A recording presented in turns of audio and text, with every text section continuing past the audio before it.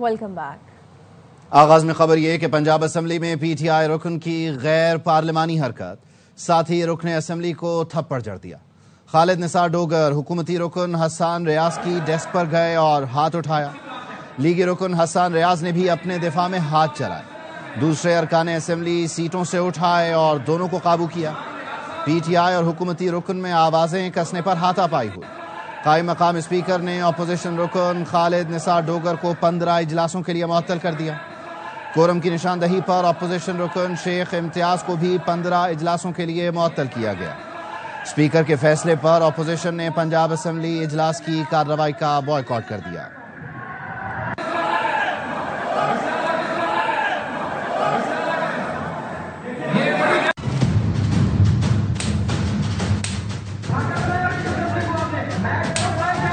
P T I کے ایک رکن تھے، پہلی رو میں بیٹھے ہوئے تھے، چیئر کو کہہ رہے تھے کہ تمہیں میں ڈکٹیٹ کروں۔ میں اسپیکر سے مخاطب ہو کے احتجاج کر رہا تھا، چیئر کے ساتھ اس طرح بات کر رہے ہیں، فلور سے ان کو ہٹائیں۔ اس پر پیچھے سے کسی شخص نے جملے کسنا شروع کر دیے۔ مڑ کر پیچھے دیکھا، میری سیٹ پر آ پہنچا، اس نے حملہ آور ہونے کی کوشش کی، اس کو میں نے ناکام بنایا۔ پنجاب اسمبلی میں ایوان کے باہر بھی لڑائی ہوئی، غلیظ گالیاں بکی گئیں۔ مبینہ طور پر 2 اپوزیشن ارکان، حکومتی ارکان کے گارڈ نے ہاتھ اٹھایا۔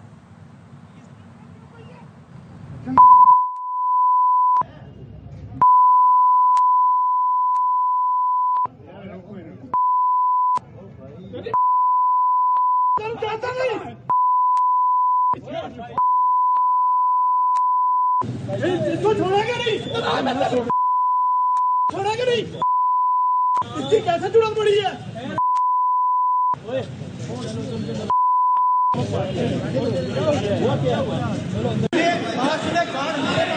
ہمارے پاس بھی کارڈ ہے، کل خانہ جنگی کی طرف لے کے جا رہے ہیں آپ اس ملک کو۔ رانا صاحب ٹھہر جاؤ، یہ تھوڑی ساڑی سارے دی عزت کی گل ہے، چیخو نہیں رانا صاحب، چیخے نہیں۔ یہ معاملہ کیا ہے؟ خواجہ نصیر ہمارے ساتھ موجود ہیں، ان سے تفصیلات جانتے ہیں۔ خواجہ نصیر بتائیے گا، یہ ایوان کے باہر کی کیا لڑائی ہے؟ بالکل جی، یہ پنجاب اسمبلی کے اندر انتہائی افسوسناک واقعات پہلے وہ ایوان کے اندر پیش آئے اور اس کے بعد ایوان کے باہر جو پنجاب اسمبلی کا میڈیا ہال ہے، یہاں پر اپوزیشن کے ارکان جن میں خالد نثار ڈوگر، اسامہ اور احمد مشتبہ تھے، یہ اپنا موقف پیش کرنے کے لیے یہاں پر آئے۔ انہوں نے میڈیا ٹاک کی۔ جب یہ میڈیا ٹاک مکمل کر کے باہر نکل رہے تھے تو اسی دوران حکومتی اراکین بھی اپنا موقف دینے کے لیے پنجاب اسمبلی کے میڈیا ہال کے اندر آئے۔ اس دوران حکومتی اراکین کے ساتھ کچھ پرائیویٹ لوگ تھے، جن پرائیویٹ لوگوں نے جو پرائیویٹ لوگ ہیں انہوں نے خالد نثار ڈوگر کو جب دیکھا تو انہوں نے یہاں پر غلیظ گالیاں بولنا شروع کر دی، اور جیسے ہی جہاں سے غلیظ گالیوں کا سلسلہ شروع ہوا اس پر میڈیا کے کافی بڑی تعداد میں نمائندگان موجود تھے۔ دونوں جانب سے ایک دوسرے کو دھکم تیل کی گئی، جو پرائیویٹ لوگ تھے انہیں باہر نکالا گیا، اور اس دوران جو صوبائی وزیر ٹرانسپورٹ ہے وہ یہاں پہنچے، جبکہ وزیر بلدیات ذیشان رفیق بھی یہاں پہنچ گئے۔ اور اس سے پہلے جب یہ میڈیا ٹاک کر کے اپوزیشن کے کافی سارے ارکان یہاں سے جا چکے تھے، جو 3 لوگ یہاں موجود تھے ان کے ساتھ جو بدمزگی کی گئی اور پرائیویٹ لوگوں نے کی، اس پر صوبائی جو وزیر بلدیات ہے وہ پہنچے، صوبائی وزیر ٹرانسپورٹ پہنچے۔ انہوں نے معاملے کو کول ڈاؤن کرنے کی کوشش کی، لیکن وہ کول ڈاؤن کر ہی رہے تھے تو اپوزیشن کے جو ارکان جو کہ اسمبلی کے اندر واپس جا چکے تھے، انہیں جیسے ہی اطلاع ملی کہ ان کے ارکان کے ساتھ میڈیا ہال میں کوئی بدتمیزی ہوئی ہے۔ ٹھیک ہے، بہت شکریہ خواجہ نصیر، ہمیں تفصیلات سے آگاہ کر رہے تھے۔ سوات سے آپ کو اپڈیٹ کریں، مدرسے میں تشدد سے جاں بحق ہونے والے 14 سالہ فرحان کیس کا مرکزی ملزم گرفتار کر لیا گیا ہے۔ محمد عمر اور بیٹے احسان کو گرفتار کیا گیا ہے۔ ایس پی سوات کی جانب سے اس بات کی تصدیق کی جا رہی ہے، پہلے بھی اس کیس میں مدرسے کے مختلف معلم گرفتار کیے گئے تھے، اب مرکزی ملزم گرفتار ہوا۔ شہزاد عالم سے مزید جانیں گے۔ جی شہزاد۔ جی بالکل اس طرح کہ 21 جولائی کو سوات کے تحصیل خواجہ خیلہ کے علاقے چالیار کے مدرسے میں جو 14 سالہ فرحان کو تشدد کے بعد قتل کیا گیا تھا، اس کا جو مرکزی ملزم تھا وہ فرار تھا، اور جو مدرسے کا محتمم ہے، تو اب میری بات ہوئی ڈی پی او سوات محمد عمر خان سے، تو ان کا کہنا ہے کہ جو مرکزی ملزم ہے اور مدرسے کا محتمم ہے قاری محمد عمر اور ان کے بیٹے احسان کو اپر سوات پولیس نے نے گرفتار کر لیا اور دونوں ملزمان کو نامعلوم مقام پر تفتیش کے لیے منتقل کر دیا گیا. جو میں بات کر رہا ہوں جو چالیار واقعہ ہے تو اس میں جو 14 سالہ فرحان کو قتل کرنے کے بعد علاقہ عوام کا شدید احتجاج جاری تھا. انہوں نے دھرنا دیا ہوا تھا اور وہ مطالبہ کر رہے تھے کہ مرکزی ملزمان کو گرفتار کیا جائے. تو اب سوات پولیس کو بڑی کامیابی ملی اور انہوں نے قاری محمد عمر اور ان کے بیٹے گرفتار کہاں سے ہوئے ہیں شہزاد؟ اب تک یہ تفصیلات نہیں آ رہی ہے، لیکن اب جو پہلے ابتدائی مرحلے میں جو تفصیلات سامنے آئے تو قاری مولانا محمد عمر اور ان کے بیٹے قاری احسان کو گرفتار کر کے ان کو تفتیش کے لیے نامعلوم مقام پر منتقل کیا گیا ہے. اور اس کیس کے تمام ملزمان گرفتار ہیں، ان کی تعداد کیا ہے؟ اب تک 13 ملزمان، جو 2 ملزمان ابھی مین ملزمان مرکزی ملزمان جو گرفتار ہوئے تو اس سمے 13 ملزمان کو گرفتار کیا گیا ہے، جو کہ جن میں 4 اقدام قتل کی ملزمان ہیں اور 9 ملزمان جو ہے ان کو چائلڈ پروٹیکشن ایکٹ کے تحت گرفتار کیا گیا تھا. تو جو کل ملزمان ہیں ان میں سے 13 ملزمان کو گرفتار کیا گیا. اچھا یہ بتائیے گا کہ لواحقین کو آگاہ کر دیا گیا ہے اور تفتیش کہاں تک پہنچی ہے، کیا اپڈیٹ ہے؟ جی بالکل. اس وقت جو وقوع ہوا تھا فرحان کا اور ان کے والد بیرون ملک تھے تو اس وقت ان کے حجرے میں بڑی تعداد میں لوگ پہنچ گئے ہیں اور ان کو مبارکباد دے رہے ہیں کہ جو ملزمان گرفتار کیے گئے ہیں، جو مرکزی ملزمان ہیں، تو وہ ایاز جو کہ فرحان کا والد تھا ان کو مبارکباد دینے کے لیے بڑی تعداد میں لوگ وہاں پر پہنچ گئے. ان کو اطلاع دی گئی ہے اور وہ اس وقت جو ہے نا وہ ملزمان ان کو نامعلوم مقام پر منتقل کر دیا گیا. تفتیش جاری ہے. شہزاد عالم اپڈیٹ کر رہے تھے، بہت شکریہ شہزاد. قصور میں بچی سے نازیبا حرکت کرنے والا زخمی حالت میں گرفتار کر لیا گیا. عنایت کالونی میں گلی میں کھیلتی بچی سے ملزم نے غیر اخلاقی حرکت کی. پولیس نے بتایا ملزم ناصر علی اوکاڑا کا رہنے والا ہے اور مزدوری کرتا ہے. ملزم کو گزشتہ روز عوام نے پکڑا. شہریوں کے تشدد پر ملزم نے پستول نکالنے کی کوشش کی تو گولی چل گئی جو اس کے نازک عضو پر لگی.